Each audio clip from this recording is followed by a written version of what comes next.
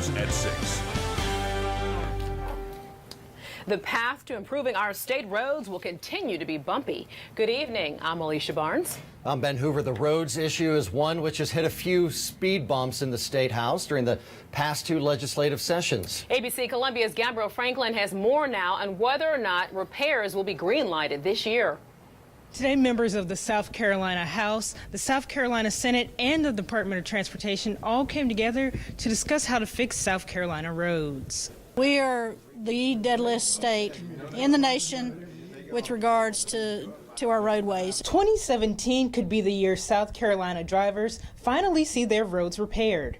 Christy Hall of SCDOT says we still need to find a way to pay for the effort. While state funding is really doubled for our roads and bridges over the last couple of years, the needs are still tremendous, and we still have about a $1.1 billion gap with regards to our existing roads, catching up on deferred maintenance, addressing the safety issues. During the South Carolina Alliance to Fix Our Roads legislative panel, many lawmakers proposed raising taxes at the pump. To start bringing more funding into DOT, we do that through increasing the gas tax at 2 pennies per year for 5 years. That gives us a total of 10 cents at the end of that 5th year.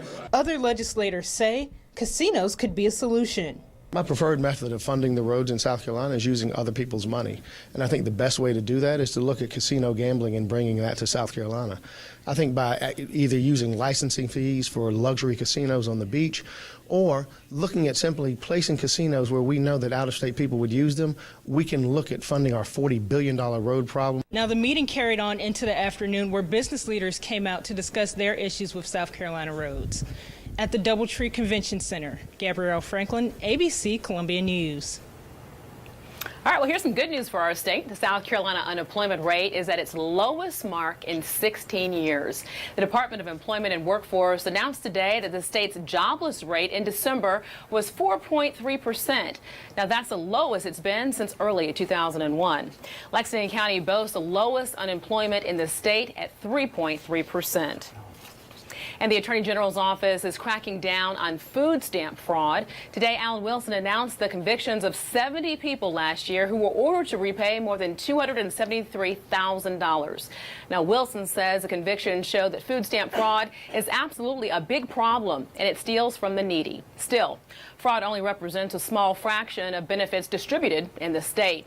Now, according to DSS, in December, more than $90 million in aid was distributed to hundreds of thousands of homes across the state. The Kershaw County Sheriff says a chase ended with the arrest of a known gang member in a stolen car. Sheriff Jim Matthews says a deputy spotted Jaquel Sumter on I-20 on Saturday night driving more than 100 miles an hour. Here's some dash cam video of that night. The chase reached speeds upward of 120 miles an hour until officers say Sumter jumped and 3 other suspects also jumped out and ran. Sumter was tracked down and arrested a short time later. Inside that stolen car, the sheriff says they also found guns and other items they believe were stolen. In Richland County, deputies say a weekend shooting that left a teenager dead was an accident. 20-year-old Nicholas Butler is charged with involuntary manslaughter. Deputies responded early Sunday to Cherrywood Drive in Elgin. It was there that they found 17-year-old Jalen Palmer with a gunshot wound to the chest. He died. A former police officer accused of murder was back in court this morning in Charleston. A hearing was held today to finalize plans for Michael Slager's retrial, which is slated for March 1st. Slager's attorney filed a motion for a continuance, but there was no decision today. Slager's first trial ended in a mistrial last year after the jury was unable to reach a decision. Slager still faces those federal charges as well. That trial begins May 1st. Emergency crews responded to a chemical spill in Lexington earlier today. Now, this happened just off of I-20 and exit 61 on Highway 378 around 7 o'clock this morning. Lexington firefighters say the spill took place inside a panel truck that was transporting the chemicals. Now, some area businesses were evacuated for about an hour before the situation was cleared. And tornadoes killed more people this weekend than all of last year combined. At least 41 twisters ravaged Georgia, Mississippi, and Alabama, killing 19 people and destroying homes. Now, 15 of those deaths were in Georgia alone. Earlier today, Georgia's governor placed 16 counties under a state of emergency. Now, here in South Carolina, 2 tornadoes touched down Saturday, one in Barnwell County and one in Orangeburg. Reportedly, 1 woman was injured. Wow.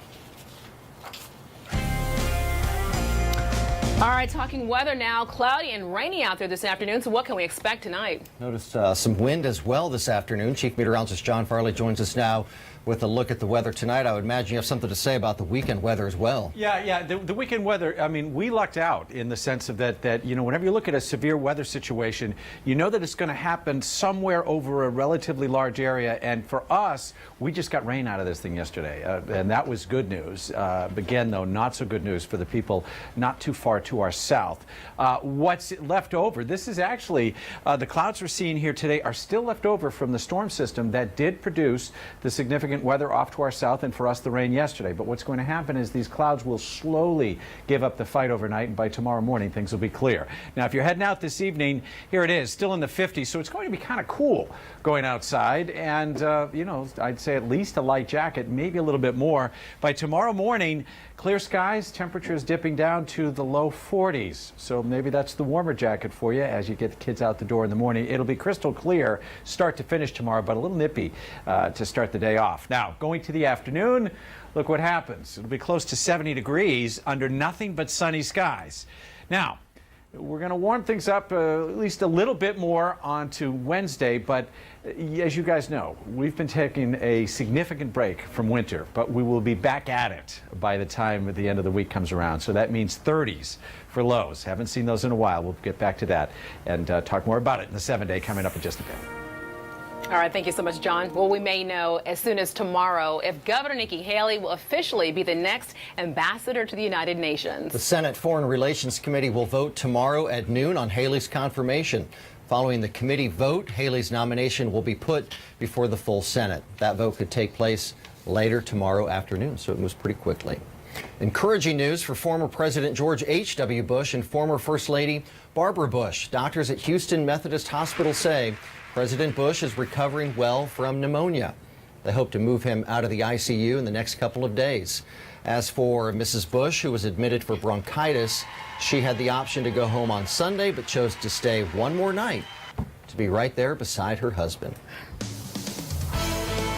Well, for the players on the USC women's basketball team, tonight's game is like no other. Why? It's a big one for Dawn Staley and the ladies. There is a lot on the line tonight. Yeah. Tonight, a top 5 matchup between the Gamecocks and Mississippi State has all eyes right here on Columbia. ABC Columbia's Greg Brzezowski joins us live tonight from the Colonial Life Arena, where the excitement, I would imagine, is going to be building here pretty soon, Greg. Alicia, Ben, every game counts the same in SEC play, but this one matters more. More important to the Gamecocks than any other matchup here on their conference slate, that's for sure, as they get ready to face the only other unbeaten team here in their league, 4th-ranked Mississippi State. It's a top 5 showdown that honestly has everything at stake. First place in the league, driver's seat to the conference title, first seed in the tourney. All of that will be decided in about 4 quarters, 40 minutes from now at Colonial Life Arena. This one's going to be exciting. It's going to be great. And this teams, they're incredible. A combined record of 36-1 against each other. And much like how Dawn Staley's built her program from the ground up here in Columbia, she has seen a lot of the same out of Starkville.